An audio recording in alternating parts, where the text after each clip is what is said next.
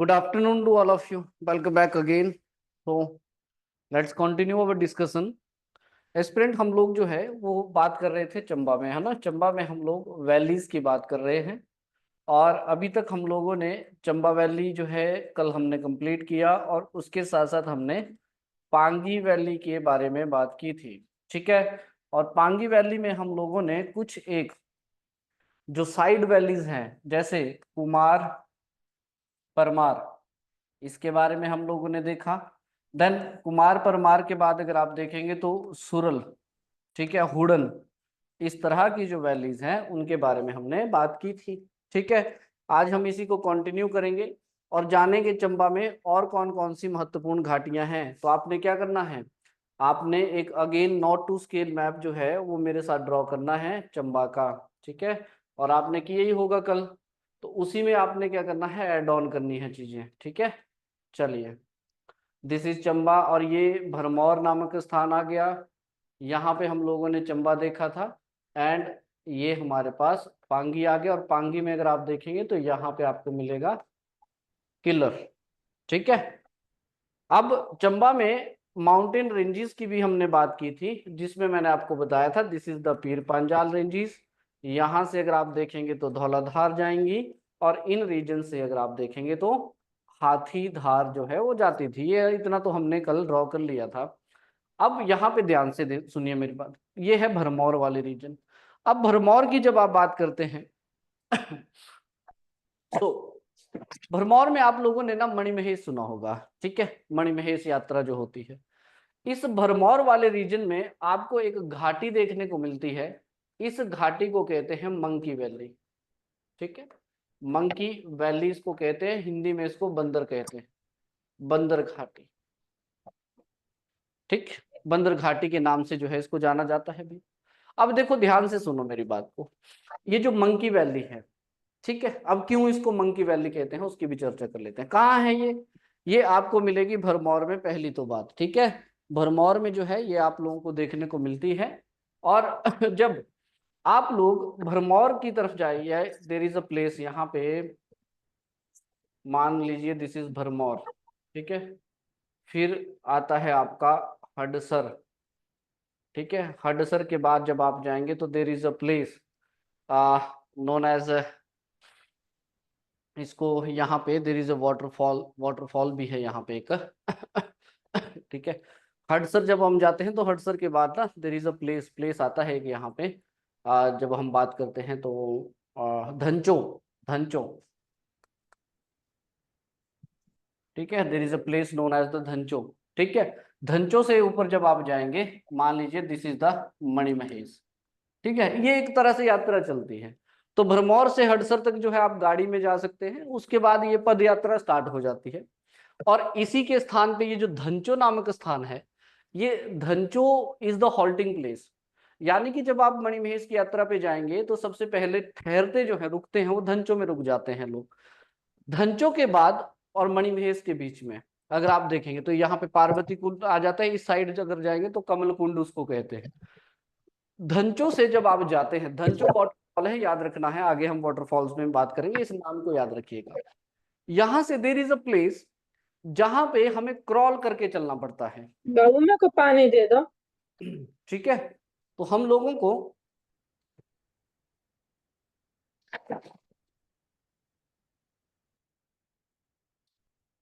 को क्रॉल करके चढ़ना पड़ता है, यानी कि अपने दोनों हाथ और पांव लगा के जो है वो चढ़ना पड़ता था, यानी कि बंदर की तरह चढ़ना पड़ता था। इसीलिए इस वैली का नाम जो है वो मंकी वैली रखा गया है, और कोई इसके पीछे कोई बड़ा रीजन नहीं है, बस आपने याद रखना है कि वन हैज टू क्रॉल। ठीक है, जब भी वो मणिमहेश यात्रा में धनचो के बाद जब वो जाते थे तो उनको क्रॉल करना पड़ता है, इसलिए इसको मंकी वैली कहते हैं। उसके बाद यहाँ पे आइए, ये जो रीजन्स हैं भाई, ये धौलाधार है और ये आपको हाथीधार देखने को मिलेगी। हाथीधार और धौलाधार के बीच का ये जो रीजन है, जिस रीजन में आपको भटियात एरिया मिलेंगे, जिसमें आपको सियूंटा वाले रीजन मिलेंगे, इसको कहा जाता है ब्यास वैली। याद रखिएगा, इसको ब्यास वैली के नाम से जानते हैं। बिकॉज ब्यास वैली, देखो इसको क्यों कहते हैं, आप ये भी सोच रहे होंगे। देखो क्या है, जब आप लोग, अब यहाँ पे क्या है, कांगड़ा है नीचे, और कांगड़ा से कौन सी नदी जाती है, ब्यास नदी जाती है। इन रीजन्स में जब आप जाएंगे, यहाँ पे देर इज अ प्लेस जहां से यू कैन से, यहां से एक रिवर आती है चंबा के इन रीजन्स की। अगर आप बात करते हैं, चौड़ी खस इसको बोलते हैं, चौड़ी खस। ठीक है, इस स्थान से क्या होता है, एक रिवर आती है, इस रिवर को बोलते हैं चक्की खट। और चक्की जो है is the tributary of the Beas. तो इसीलिए आप देखेंगे तो ये ब्यास रिवर का ही कैचमेंट एरिया हो जाता है, इसलिए इसको ब्यास घाटी के तौर पे हम देखते हैं। लेकिन एग्जामिनेशन पॉइंट ऑफ व्यू से दो चीजें आपने ध्यान रखनी है इस ब्यास वैली से। पहली तो ये कि ये कौन सी माउंटेन रेंजेस के बीच में है, तो हाथीधार और धौलाधार, इन दोनों के बीच में चंबा में जो वैली है उसको ब्यास वैली कहते हैं। दूसरा, आपने ध्यान रखना है कि it is the most populous, ठीक है, और मोस्ट फर्टाइल।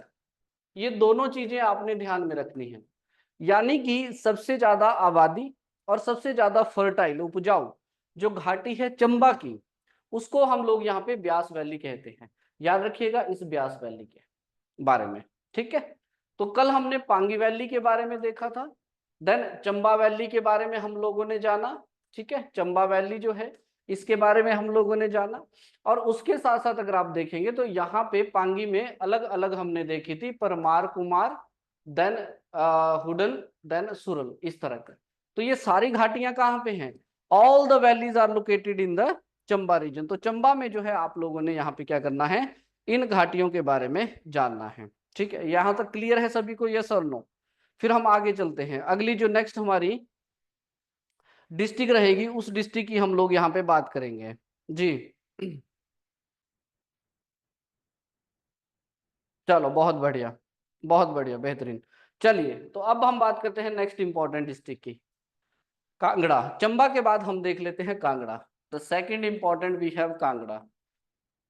ठीक है, कांगड़ा। कांगड़ा में अगर हम देखें, दो घाटियां बहुत ही इंपॉर्टेंट है, फेमस हैं, या फिर आपके एग्जामिनेशन पॉइंट ऑफ व्यू से भी बहुत जरूरी हो जाएंगी। तो हमने क्या करना है, कांगड़ा का मैप ड्रॉ करना है। अक्सर आपने बड़े एग्जाम देखे होंगे, डोंट वरी, अभी जब हम पीवाईक्यूज करेंगे तो आपको आइडिया लग जाएगा कि हो क्या रहा है। यहाँ देखो, दिस इज द बड़ा भंगाल, ठीक है, और ये आपको मिलेगा यहाँ पे Kangra, this is the Kangra. ठीक, अब यहाँ पे हमने माउंटेन रेंजेस देखी थी जो आपको पता होना चाहिए। देखो ध्यान रखिएगा, यहां से इन रीजन से, ये चंबा वाले वो पांगी वाले रीजन थे, वहां से आते हुए माउंटेन रेंज आता है जिसको बोलते हैं पीर पांजाल, हमने देखा है। और इन रीजन से गुजरती है आपकी धौलाधार, धौलाधार। और निचले वाले रीजन्स में अगर आप देखेंगे तो यहाँ पे जाएंगी आपकी शिवालिक्स। ठीक है, तो ये तीन माउंटेन, बड़ी बड़ी माउंटेन रेंजेस जो है आपको यहाँ पे देखने को मिलती है। अब देखो, धौलाधार और पीर पांजाल, इन दोनों के बीच की जो ये वैली है, दिस होल वैली, इस वैली को हम लोग कहते हैं बड़ा भंगाल वैली, बड़ा भंगाल वैली। ठीक है, ध्यान रखना। और शिवालिक और धौलाधार के बीच का ये जो एरिया है, इस पूरे रीजन को कहा जाता है भी कांगड़ा वैली। आप समझ रहे हैं मेरे, धौलाधार इसका कांगड़ा वैली और बड़ा भंगाल वैली। सबसे महत्वपूर्ण बात इसकी लोकेशन, लोकेशन आपने ध्यान रखनी है कि बड़ा भंगाल वैली जो है ये आपकी धौलाधार और पीर पंजाल के बीच में है, और कांगड़ा वैली जो है वो शिवालिक और धौलाधार इन दोनों के बीच में आप लोगों को देखने को मिलेंगे। कुछ इंपॉर्टेंट पॉइंट्स हैं जो पॉइंट आपको एग्जामिनेशन पॉइंट ऑफ व्यू से ध्यान में रखने हैं इस वैली से। पहला, देखो कांगड़ा वैली के बारे में क्या कुछ एग्जामिनेशन के लिए जरूरी है। कांगड़ा वैली, कांगड़ा वैली पहली बात, कांगड़ा वैली जो है एक तरह से लॉन्गिट्यूडनल दून टाइप वैली है। पहली बात आपने ध्यान रखना है, लॉन्गिट्यूडनल दून टाइप वैली, यानी कि एक तरह से फ्लैट वैली है ये। ठीक है, दून टाइप वैली, जैसे हमारे बल वैली है वैसा ही एक दून टाइप वैली है ये, फ्लैट वैली है। और लोकेटेड कहाँ है ये, फुट हिल्स ऑफ धौलाधार, यहाँ पे देखो, ठीक है, ये धौलाधार रेंजेस जाती हैं, उनके ठीक फुट हिल्स के ऊपर अगर आप देखेंगे तो एक लॉन्गिट्यूडनल प्लेन वैली आपको देखने को मिलेगी, जिसको हम बोलते हैं कांगड़ा वैली। समझ गए मेरी बात? और वैसे अगर आप in term of mountain ranges इसकी लोकेशन की बात करते हैं, तो कांगड़ा वैली जो है ये आपको देखने को मिलेगी धौलाधार और शिवालिक के बीच में, ये याद रखना है। धौलाधार और शिवालिक के बीच में जो है ये घाटी हम लोगों को देखने को मिलती है, ये बात आपने ध्यान में रखनी है, ठीक है। अब मेरी बात फिर से आप ध्यान से सुनिएगा। देखो भाई, यहां पे अगर आप बात करते हैं कांगड़ा वैली को, आपको पता होना चाहिए दैट इसको वीर भूमि के नाम से भी जानते हैं, ठीक है जी, वीर भूमि, वीरों की भूमि से जो है इसको टैग दिया गया है कांगड़ा वैली।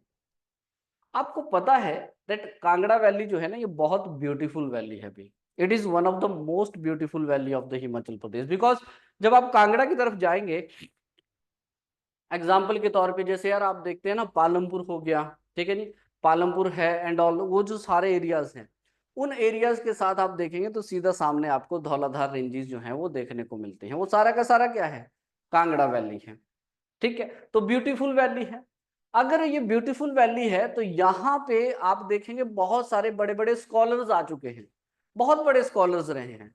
जैसे एग्जाम्पल के तौर पे आप देखेंगे यहाँ पे एक प्लेस आपको मिलेगा, ठीक है, इस प्लेस को बोलते हैं अंद्रेटा, ठीक है, अंद्रेटा।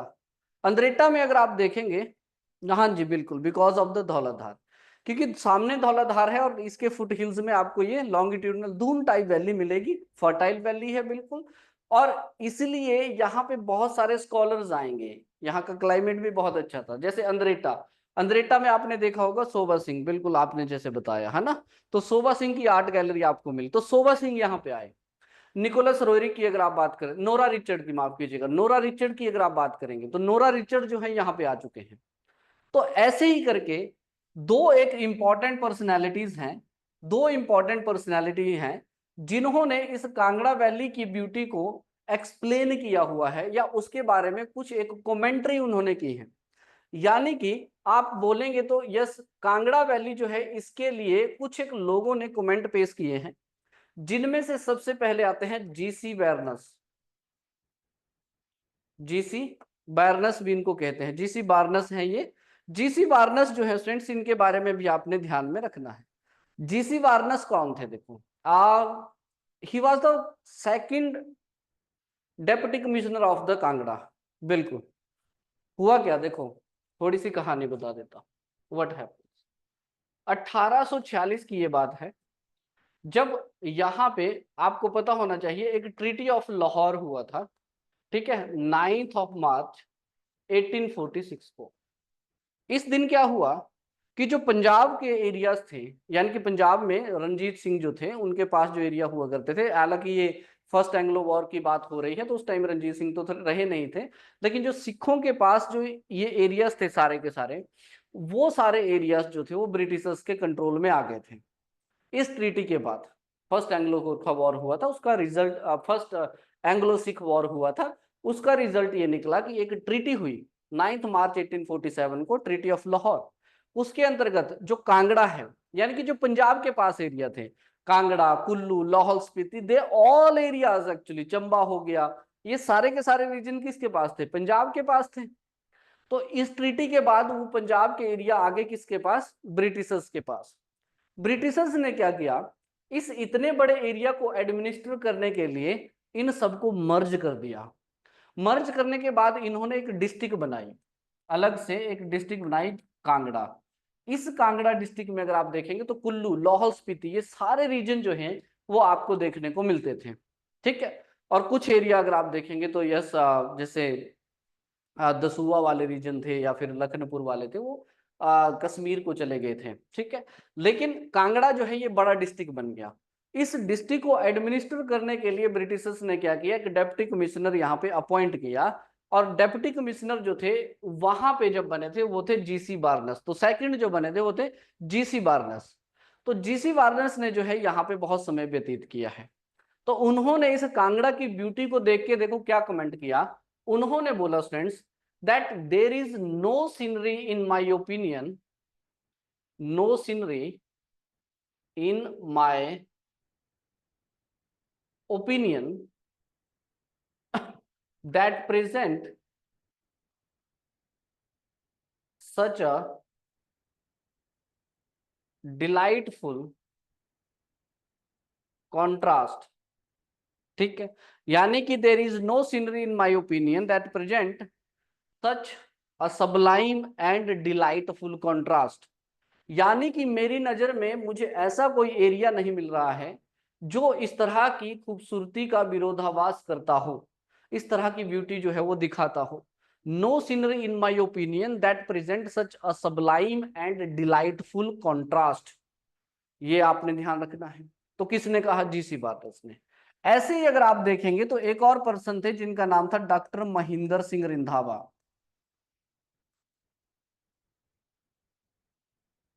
ठीक है, डॉक्टर महिंदर सिंह रंधावा, इन्होंने एक किताब लिखी थी जिस किताब का नाम था ट्रेवल्स इन वेस्टर्न हिमालय। ठीक है, डॉक्टर महिंदर सिंह रंधावा जो हैं, इन्होंने किताब लिखी थी जिसका नाम था travel is in the western Himalaya. इस किताब में इन्होंने क्या कमेंट किया था उसकी चर्चा हम लोग करते हैं। इन्होंने कहा था friends that I decided to have a closer view. इन्होंने बोला था I decided to have a closer view. ठीक है, कि मैं बहुत नजदीक से जो है इस कांगड़ा वैली का जो है या फिर धौलाधार जो है, DHAR, ठीक है, I decided to have a closer view of the Dhauladhar, of the Dhauladhar in its home, in its home, comma करके इन्होंने लिखा था कांगड़ा वैली। ठीक है, इन्होंने कहा था अपनी बुक में travel in the western Himalaya में that I decided to have a closer view of the Dhauladhar in its home Kangra valley. यानी कि कांगड़ा वैली जो धौलाधार का होम है, घर है, वहां से मैं धौलाधार को जो है नजदीक से देखना चाहता हूं। डॉक्टर महिंदर सिंह रंधावा, ये दो पर्सन जो है आपने ध्यान में रखने हैं। अगर आप कांगड़ा वैली की बात करते हैं तो इसका इतिहास बहुत पुराना है, और यहां पे आपने याद रखना है that ice age man, ice age man के एविडेंसेस भी हम लोगों को देखने को मिले हैं। ये चीज आपने ध्यान रखनी है। तो सबसे पहली बात, कांगड़ा वैली की बात करें तो Doon type, longitudinal Doon type valley है, धौलाधार के फुट हिल्स में है। शिवालिक और धौलाधार इन दोनों के बीच में आप लोगों को मिलेगी। ब्यूटीफुल ट्रैक है, इसलिए इसको बहुत सारे ऐसे स्कॉलर्स हुए या फिर ऐसे पर्सनैलिटीज हुई जिन्होंने अलग अलग कमेंट्री जो है इसके लिए रखी है, जिसमें से सबसे पहले जीसी बार्नस हुए थे। इन्होंने कहा था that there is no scenery in my opinion that present such a sublime and delightful contrast. वैसे ही आप देखेंगे तो महेंद्र सिंह रंधावा हुए थे जिन्होंने अपनी book travel in the western Himalaya में कहा था that I decided to have a closer view of the Dhauladhar in its home Kangra valley, the valley of the numerous tributary of the Beas. कुछ इस तरह से लाइन जो थी उन्होंने पूरी यहाँ पे कही थी, आपने ध्यान रखना है। ठीक है, चलिए उसके बाद बड़ा भंगाल वैली की बात आप देखिएगा तो ध्यान रखिएगा, धौलाधार और पीर पंजाल के बीच में है, और यही वो एरिया है जहां से रावी रिवर का ओरिजिनेशन होता है।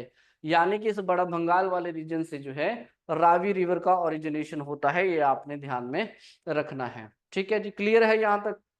बढ़े आगे।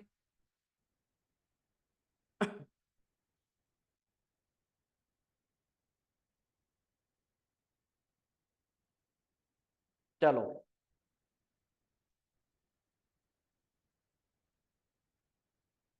कांगड़ा के बाद अब बात करेंगे हम लोग कुल्लू की। देखो कल मैंने आपको ये भी बताया था कि जो रिवर्स हैं वो रिवर्स भी बहुत इंपॉर्टेंट हो जाती हैं जब हम वैलीज की बात करते हैं, लेकिन यहाँ पे सिर्फ घाटियां देखेंगे जो इंपॉर्टेंट वाले। बाकी जो नदियां होंगी, अब जैसे कांगड़ा में बहुत सारी ट्रिब्यूटरीज हैं ब्यास की, और हर ट्रिब्यूटरी जो है खुद में एक घाटी है, क्योंकि हिमाचल है ही पहाड़ी एरिया, तो पहाड़ी एरिया में घाटियां बहुत सारी मिलेंगी, तो इसलिए आपने ट्रिब्यूटरीज को भी बहुत अच्छे से देखना है, ध्यान जो है उनके ऊपर जो है आपने रखना है। चलो कुल्लू की बात कर लेते हैं। तो सबसे पहले तो एक मैप ड्रॉ कर लेते हैं कुल्लू का।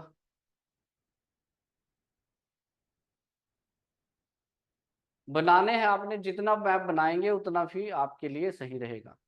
ठीक है, दिस इज कुल्लू। और कुल्लू में आप कुछ एक इम्पॉर्टेंट जो है प्लेसेस देख लेते हैं, जैसे भूंतर। ठीक है, भूंतर के नीचे ही साइड में अगर आप देखेंगे तो यहाँ पे आपको मिलेगा Larji, then Kullu, then Manali, then north east में जब आप जाएंगे यहाँ पे मलाना। ठीक है, मलाना नामक स्थान सुना होगा आप सभी ने, है ना, Malana. Every one of you are familiar, okay. चलो, अब इनको रेफरेंस मानते हैं और यहाँ पे कुछ एक इम्पोर्टेंट घाटियों की बात जो है हम लोग यहाँ पे कर लेते हैं। ठीक है, आएंगे मणिकर्ण पे भी आएंगे, चिंता ना करो, वहां भी आएंगे। फिलहाल अभी आप रेफरेंसेस ले रहे हैं, उसके आधार पे हम कुछ एक घाटियों का निर्माण जो है मैं आपको कराऊंगा। ठीक, सबसे पहले कुल्लू के अंदर जो वैली की बात करते हैं। अब कुल्लू जो ये एरिया है स्टूडेंट, ये खुद में एक वैली है। हाँ जी, ओल्डेस्ट, बिल्कुल बिल्कुल ओल्डेस्ट डेमोक्रेसी। कुल्लू जो है ये खुद में एक वैली है, यानी कि सबसे पहले तो मैं आपको बता देता हूं कुल्लू वैली के बारे में। कुल्लू वैली, कुल्लू घाटी जिसे आप कहते हैं। ठीक है, जो जर्नली अगर मैं बताऊं तो कुल्लू से स्टार्ट होती हुई फिर रोहतांग पास के पास जो है वो खत्म हो जाती है। लगभग लगभग 75 किलोमीटर का ये स्ट्रेच है और 2 से 4 किलोमीटर की इसकी चौड़ाई आपको देखने को मिलती है। याद रखना है, अगर आप इन ऊपर वाले रीजन्स की बात करते हैं तो यहां से आपको पीर पांजाल रेंजेस जो है वो देखने को मिलती हैं। पीर पांजाल रेंजेस के साथ देखेंगे तो यहाँ पे ग्रेटर हिमालय है और यहाँ से आपको धौलाधार और शिवालिक देखने को मिलती है। जब भी हम कुल्लू की बात करते हैं इसकी लोकेशन के लिए, तो लोकेशन के लिए इस धौलाधार और शिवालिक रेंजेस को हम लोअर हिमालय कंसीडर कर लेते हैं। काइंड ऑफ कि निचले एरिया है, लोअर हिमालय की हम यहाँ पे बात कर देते हैं। अगर आप कुल्लू वैली की लोकेशन की बात करें, ये सबसे यूनिक है और यह ध्यान आपने रखना है, लोकेशन। जब भी कभी एग्जामिनर, ये शब्द ही माइंड में रख लीजिएगा, अगर उसने शब्द दिया है आप लोगों को दैट सैंडविच्ड, रिमेंबर, अगर उसने एग्जामिनर ने एक शब्द लिखा है दैट कौन सी वो वैली है विच इज सैंडविच्ड। सैंडविच का मतलब होता है दबा हुआ। सैंडविच देखा है ना आपने, जैसे दो ब्रेड होते हैं, उस ब्रेड के बीच में जो भी मटेरियल रखा होता है दिस इज द दबा हुआ, तो इसको बोले सैंडविच। ठीक है, तो सैंडविच का मतलब है यहाँ पे। द लोकेशन की बात करें कुल्लू वैली की तो yes it is sandwiched between Pir Panjal, greater Himalaya and lower Himalaya.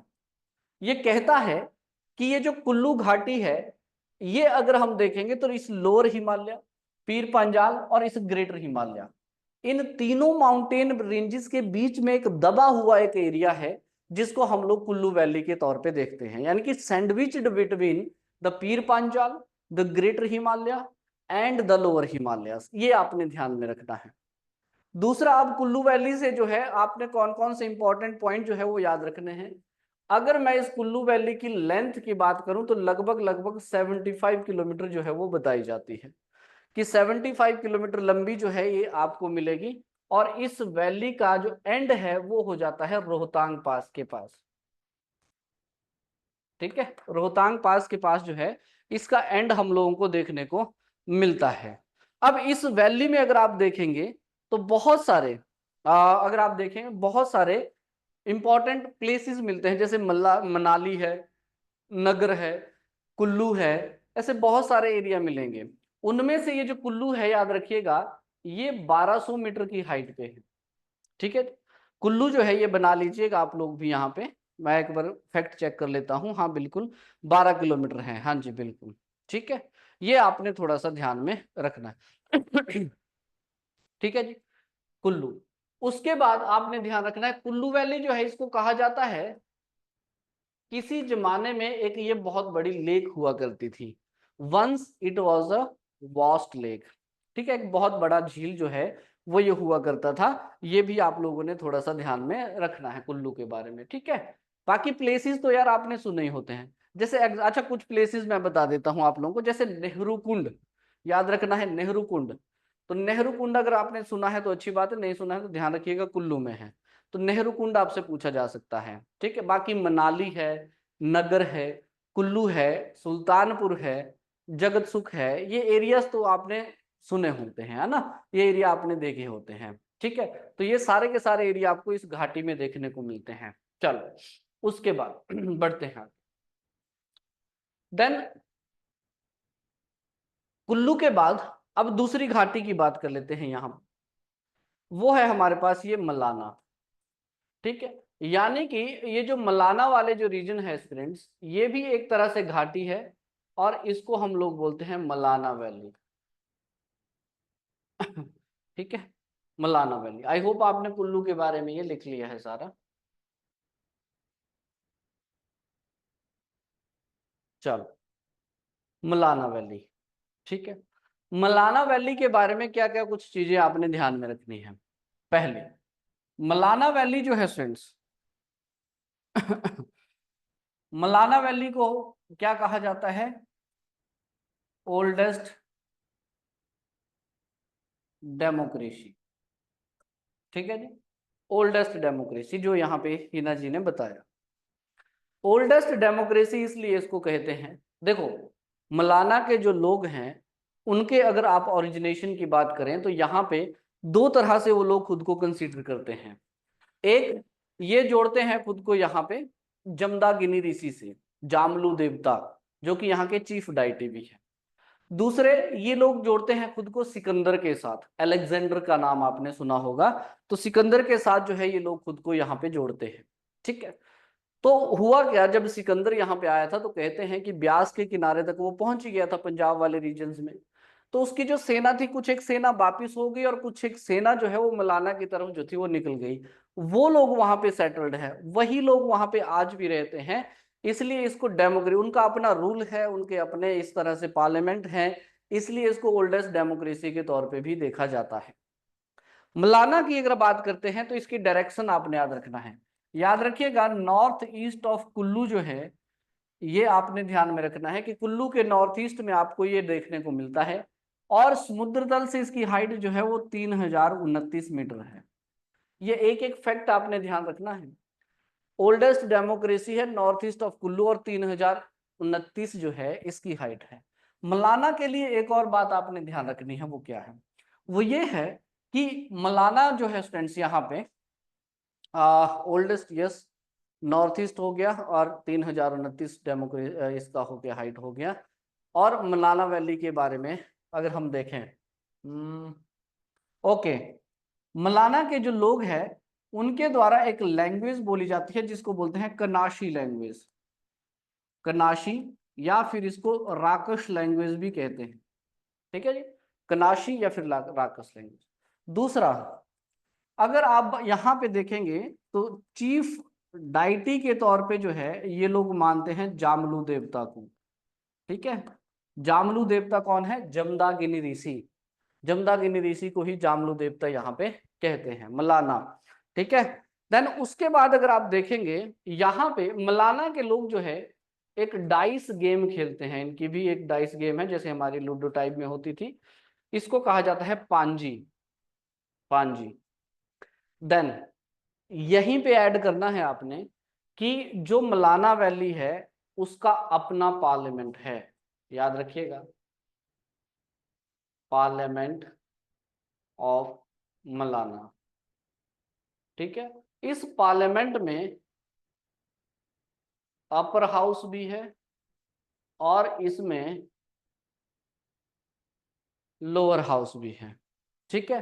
Upper house की जब आप बात करते हैं यहाँ पे, तो आपने ये ध्यान रखना है कि जेस्थांग, एक शब्द आपने याद रखना है।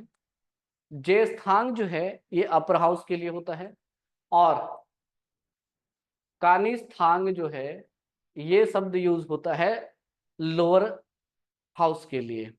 ये सवाल पूछा जा चुका है कि जेस्थांग और कानिस्थांग क्या है। तो ये क्या है ये डेमोक्रेटिक पार्लियामेंट है भाई किसकी, मलाना के लोगों की। ये बात आपने थोड़ा सा ध्यान में रखनी है, ठीक है। इसकी अपनी जुडिशरी होती है भाई। जी बिल्कुल, ये आते हैं सवाल, ऐसे ही आते हैं, है ना। तो जेस्थान और कानेस्थान क्या है ये, अपर हाउस है और लोअर हाउस है, तो ये टर्म्स आपने ध्यान में रखनी है। मलाना, ठीक है। चलो, कोई मुझे बता सकता है ये शब्द कहाँ से, मलाना का क्या मतलब होता है भाई, what is the meaning of the Malana, any idea?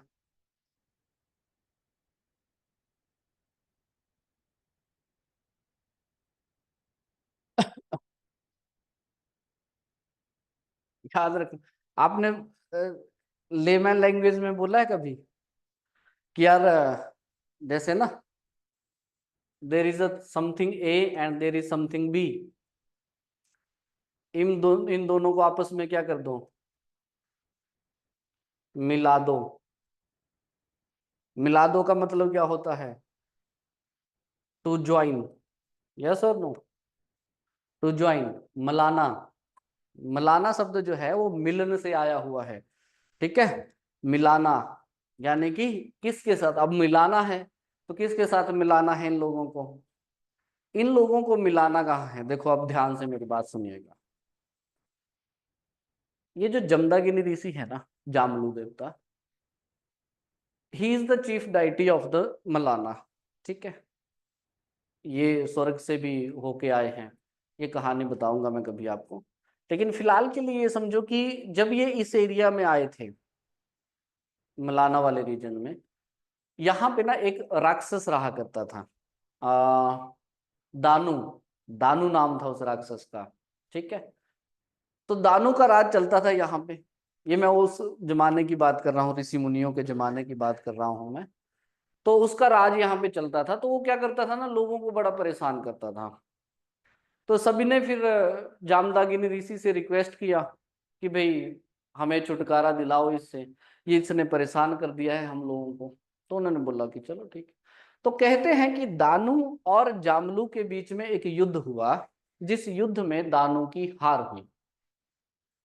अब हार तो वो गया, और हारने के बाद दानू ने जितना भी राज्य था वो सारा का सारा राज्य दे दिया जमदागिनी ऋषि को, या फिर जामलू जिन्हें आप कहते हैं उनको, सारा का सारा राज्य अपना दे दिया।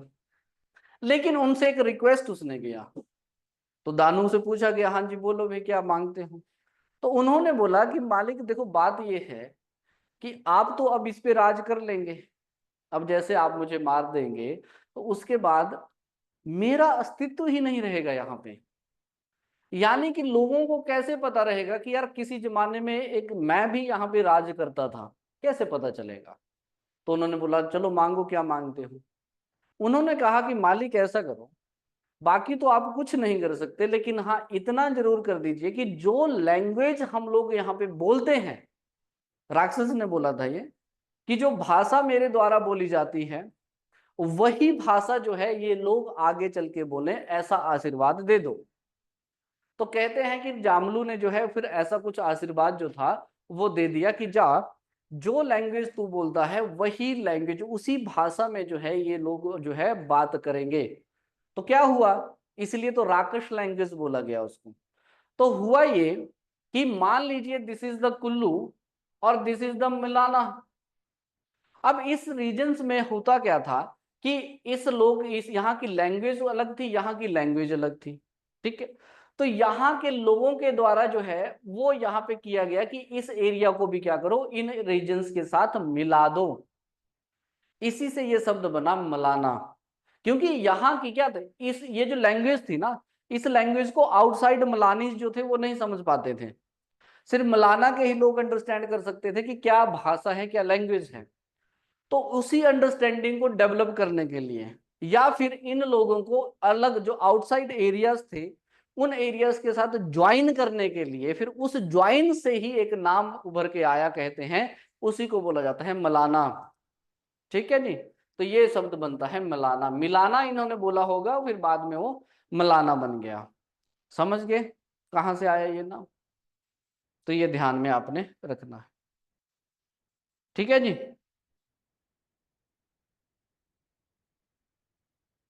क्लियर है यहाँ तक? फिर आगे बढ़ते हैं हम। चलो, याद रखना है मिला, नाम की बात हो ही रही है। अभी तक हम डिस्कस कर रहे हैं, जैसे चंबा की हमने बात कर ली है ना। अच्छा चलो, चंबा का नाम चंबा कैसे पड़ा, यही थोड़ा डिस्कस ये भी कर लेते हैं साथ में ना, कि अवेयर रहे आप लोग तो ज्यादा बेटर रहेगा जी। तो अभी तक हमने क्या किया, एक तो हमने बात की चंबा की, ठीक है, जो भी हम अभी देख रहे हैं इसमें वैलीज में। दूसरी हमने बात की कांगड़ा की, ठीक है, चंबा का नाम।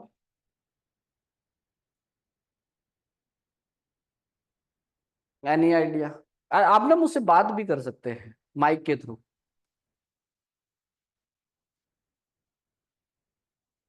जितना समय आप टाइप करने में लगाएंगे उससे तो फिर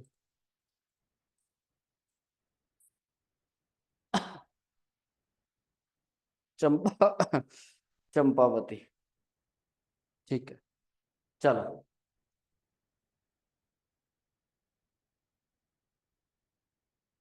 देखो, चंबा के नाम के पीछे दो कहानियां हैं। पहला, ये नेम आया है चंपक ट्री से,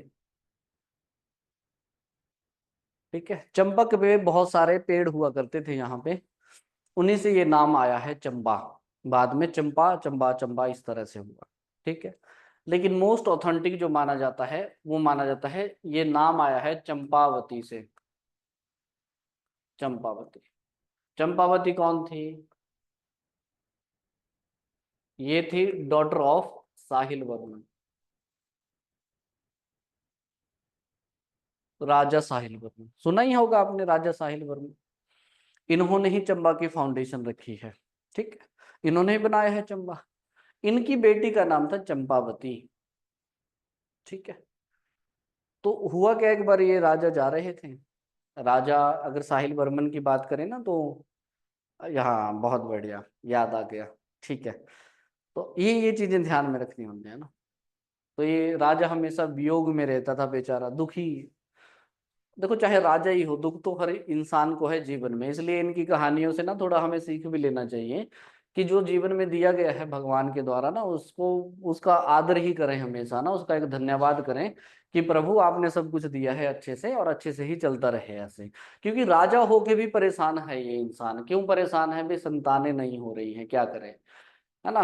तो भूखे को खाने की चिंता है, और राजा को वंश बढ़ाने की चिंता है, वंश आगे नहीं बढ़ रहा, क्या करें। तो इसको बड़े परेशानी थी। तो इसके राज्य में योगी आए, है ना, 84 योगी जो है इसी के राज्य में आए थे, फिर उनकी याद में इसने 84 मंदिर बनाया। उनके लीडर थे योगी चरपतनाथ। एक्चुअली वो ना मणिमहेश जा रहे थे, मणिमहेश की सबसे पहली जो एक्सप्लोरेशन है, डिस्कवरी है, वो 84 महासिद्धों ने ही की है, उन्होंने ही, है ना। तो उन 84 योगियों ने जो है उसकी एक्सप्लोरेशन जो है यहाँ पे की है, ठीक है। तो ये राजा होके भी बेचारा परेशान रहता था, तो योगी चरपतनाथ थे उनके लीडर थे, तो उन्होंने देखा कि राजा परेशान है, उसकी हॉस्पिटैलिटी से वैसे भी खुश हो गए थे। तो योगियों ने बोला कि मांगो भाई राजा, क्या मांगते हो, कि चिंता क्या है? तो उन्होंने बोला कि जी संतानें दे दो, बस और कुछ नहीं चाहिए। तो संतानें मुझे दे दो भाई, बच्चा नहीं होते भाई हमारे, हमारा वंश आगे नहीं बढ़ता। तो कहते हैं कि साहिल बर्मन को आशीर्वाद मिला था क्या, 10 पुत्रों का और एक पुत्री का, इसको आशीर्वाद दिया। लेकिन एक बार और मैं बता दूं आप लोगों को कि जीवन में अगर आपके वो चीज नहीं है, तो वो चीज आपको कभी नहीं मिल सकती। सम टाइम हमें ये भी समझ लेना चाहिए, ठीक है। आपको पता है, ये जो एचएस वगैरह की जो तैयारी होती है ना, इसमें सभी पास नहीं हो सकते, होते भी नहीं हैं। लेकिन इतना जरूर है कि ये जो प्रेपरेशंस हैं, ये आपको इतना अवेयर जरूर कर सकती हैं कि हाँ यार, मेरे लिए क्या सही है और क्या गलत है।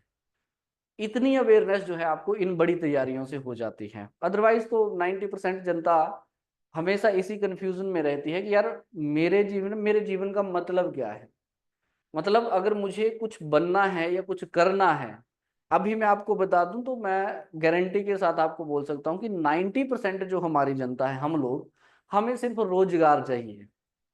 हमें कोई गोल नहीं है, हमारी कोई ऐसी इच्छा नहीं है कि हमें ये करना है वो नहीं, हमें बस सरकारी एक नौकरी चाहिए भाई। ये हमारा जो है एम, जो अभी हम देखें 90% में, है ना। ये मैं ये नहीं बोल रहा हूँ कि गलत बात है, ये बिल्कुल सही बात है अगर आपने डिसाइड किया। लेकिन समटाइम क्या होता है ना कि हम अपने साथ जबरदस्ती भी कर लेते हैं कि बस समाज ये बोलता है, ये वो बोलते हैं, तो मुझे ये करना है। तो जब आप इस तरह की बड़ी तैयारियां करते हैं ना, तो फिर ये समाज और ये सारी चीजें बड़ा पीछे रह जाती हैं, आप बड़े आगे निकल जाते हैं इन चीजों से। फिर आपको जिसमें आनंद आने लगता है, आप उसकी तरफ भी चल पड़ते हैं।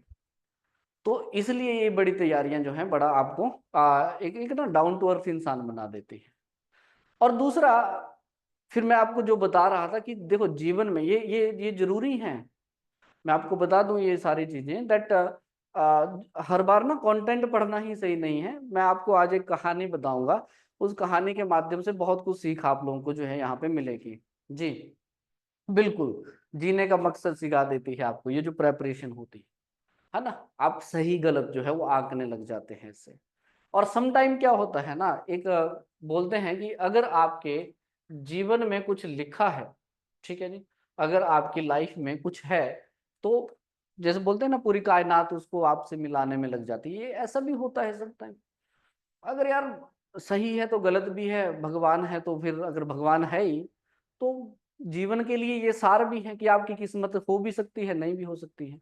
मैं ये नहीं बोल रहा हूँ कि आप मेहनत करना छोड़ दें, लेकिन सम टाइम होता है कि मेहनत बहुत व्यर्थ तरीके से हम लोग कर देते हैं कि यार शायद नहीं बने होंगे हम इसके लिए, ठीक है, शायद हमारे लिए कोई और रास्ते होंगे। तो ये पहचानना बहुत जरूरी है। साहिल वर्मन, आप ये देख लो यार, इस इंसान को देखो, ये राजा था, इस राजा को वियोग था कि मेरे पुत्र नहीं हो रहे हैं। भाई योगी चरपतनाथ ने इसको आशीर्वाद दे दिया कि जा यार तेरे पास जो है 10 बच्चे होंगे और उसके साथ साथ एक बच्ची होगी, एक पुत्री का जन्म होगा।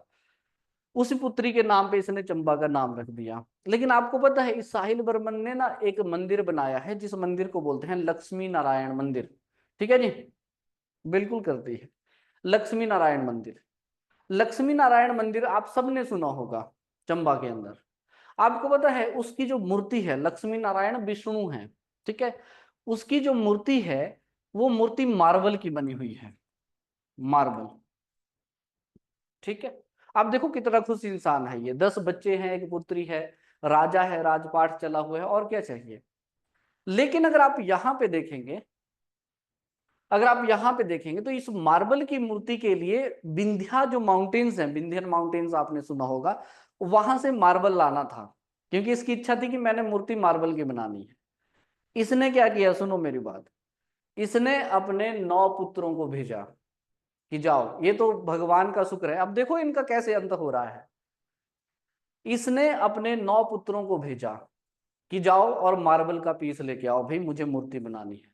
रास्ते में डाकू मिल गए, 9 के 9 मर गए, 9 के 9, एक बचा।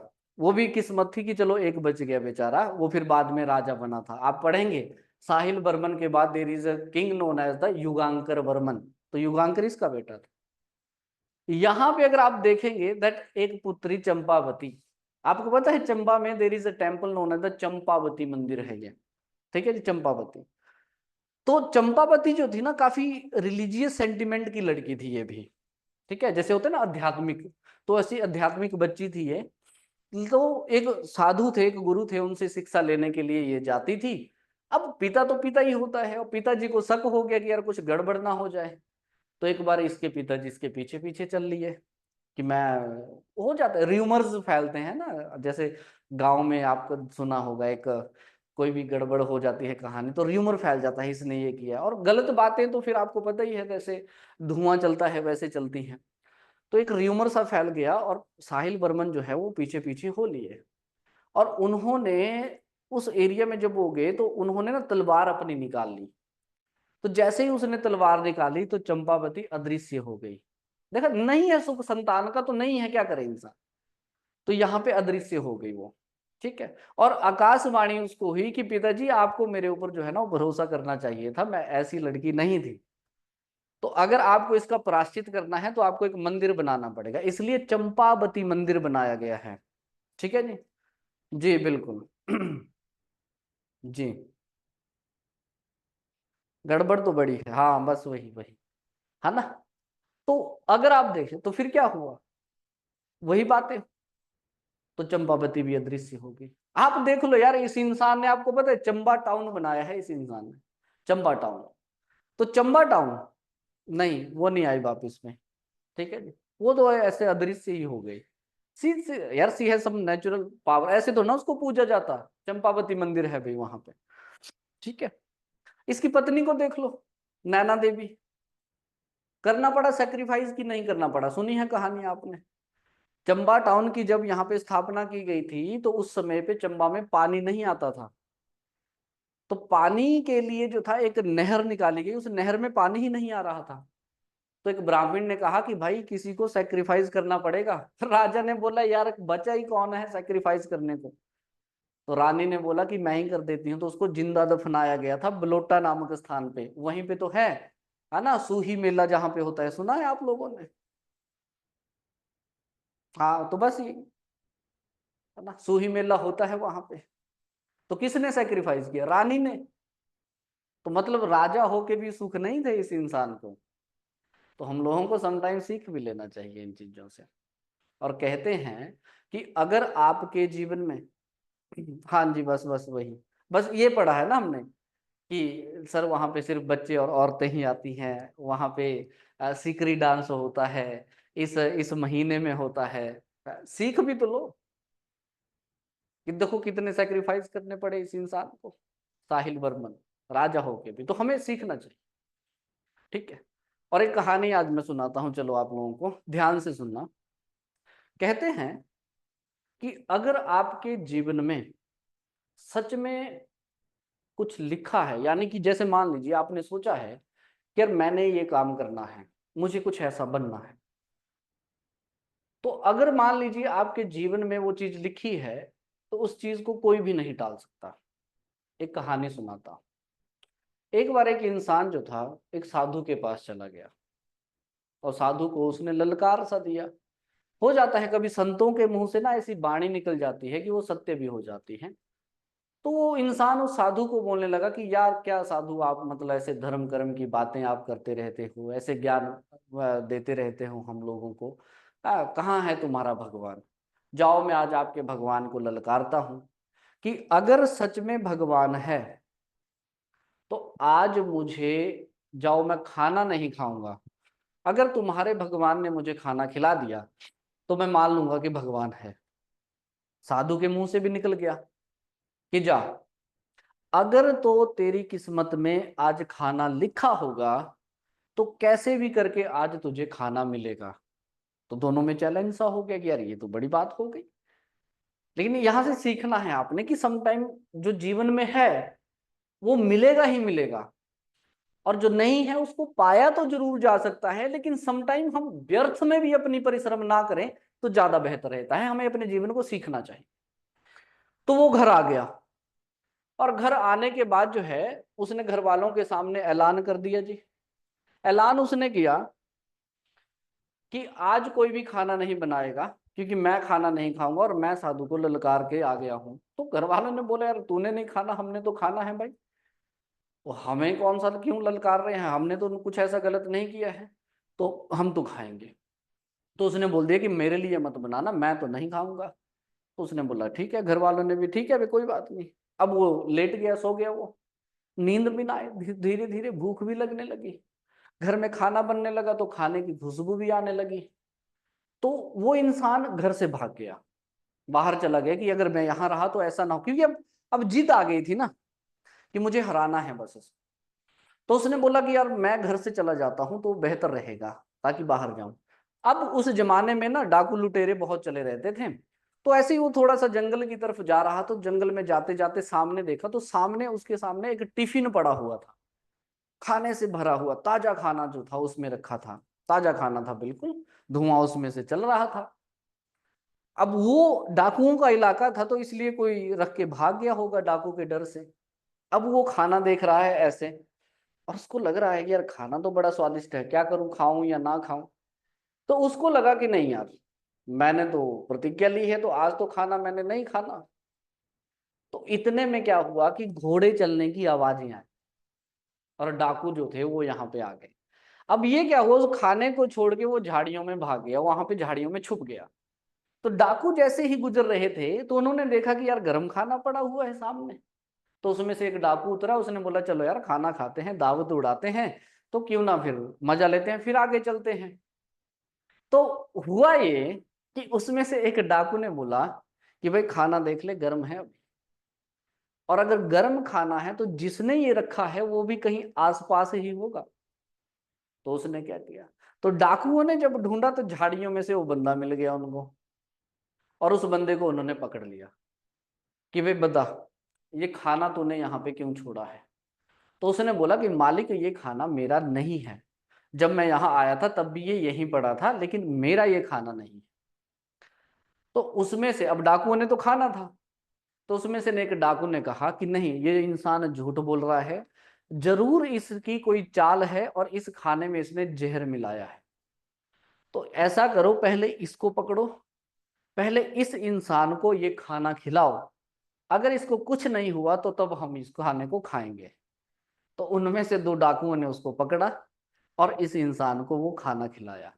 तो कहते हैं फिर वो इंसान फिर भाग के उस साधु के पास गया कि प्रभु मुझे माफ कर दीजिए। तो ये बोलते हैं कि अगर आपके जीवन में सच में कुछ होना लिखा है, वो होके ही रहेगा। उसके लिए खुद वो खुद समीकरण जो है वो बनते हैं, बस आपको अपने कर्म करते रहना चाहिए। ठीक है जी। तो आई होप आप कुछ तो कुछ जो है इस कहानी से जरूर सीखे होंगे। तो ये जरूरी है आप लोगों के लिए, ये जरूरी है इस जीवन के लिए कि इस जीवन को समझना है।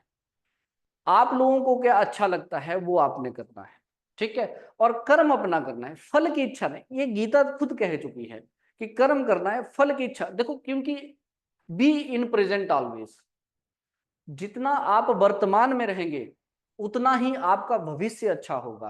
क्योंकि बोलते हैं, ओशो खुद बोल चुके हैं कि जो प्राचीन था वो चला गया, जो फ्यूचर है उसको आप बना नहीं सकते। आप जो बना सकते हैं वो है आपका आज, जो प्रेजेंट। तो बी इन प्रेजेंट ऑलवेज, अभी क्या कर रहा हूं, अभी क्या कर रही हूं, वो मैटर करता है, ना कि ये मैटर करता है कि कल मैं ये करूंगी, कल मैं वो करूंगा, परसों मैं वो करूंगा। ऐसा नहीं, आज क्या कर रहे हो, क्योंकि आज आपका कल डिसाइड करता है, कल आपका कल डिसाइड नहीं करता। तो ये बात जो है आप लोगों ने यहाँ पे थोड़ा सा ध्यान में रखनी है। तो समटाइम ऐसा हो जाता है एस्पिरेंट्स कि जीवन में अगर आपके लिखा है, तो इसलिए शाहरुख खान खुद कह चुके हैं अपने शेर में कि यस, अगर आप लोगों को जीवन में है तो पूरी कायनात लगता और हो ही जाता है। फिर बस आपके एफर्ट्स होने चाहिए, और आपको समटाइम फिर जीवन के लिए एफर्टलेस भी हो जाना चाहिए। मैं एफर्टलेस बोलने का मतलब ये नहीं कि आप ऐसे बैठ जाओ यहाँ पे कि नहीं अब खुद हो, नहीं। एफर्टलेस बोलने का मतलब है कि यार भविष्य की चिंता मत करो। सिकंदर खुद बोल गया कि यार मैं खाली हाथ आया था, ठीक है जी, मैं पूरी दुनिया को राज करने लग गया मैं, लेकिन जब जा रहा हूं तो अब कोई भी नहीं है, कुछ भी नहीं है। तो उसने कहा था कि जब मेरी मृत्यु होगी तो मेरे दोनों हाथ नीचे तरफ ऐसे फैला देना ताकि लोगों को पता चले कि जो इंसान पूरी दुनिया पे राज करने के लिए जा रहा था वो खुद अकेला और आज जो है बिना खाली हाथ जा रहा है। जीवन की सीखे हैं, ये इस तरह की चीजें जरूरी हैं आप लोगों के लिए भी, ठीक है।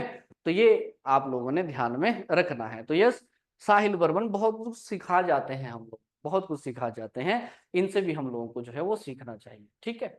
चलिए, फिर आज के लिए इतना ही। बाकी कल जो है हम लोग थोड़ा सा पेस और करेंगे तेज, और उसी में हम वैलीज की जो है वो यहाँ पे चर्चा करेंगे, ठीक है। तो चंबा का नाम जो है ये चंपावती के नाम पे पड़ा है, और चंपक ट्री के नाम पे जो है पड़ा है।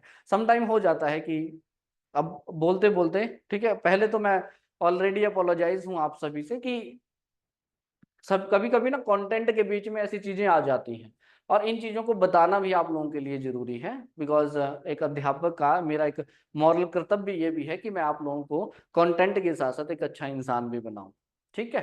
तो फिर मुलाकात होगी कल, आज के लिए इतना ही। Thank you so much. हाँ जी, हिंदी मीडियम भी होता है भाई। जी, थैंक यू सो मच।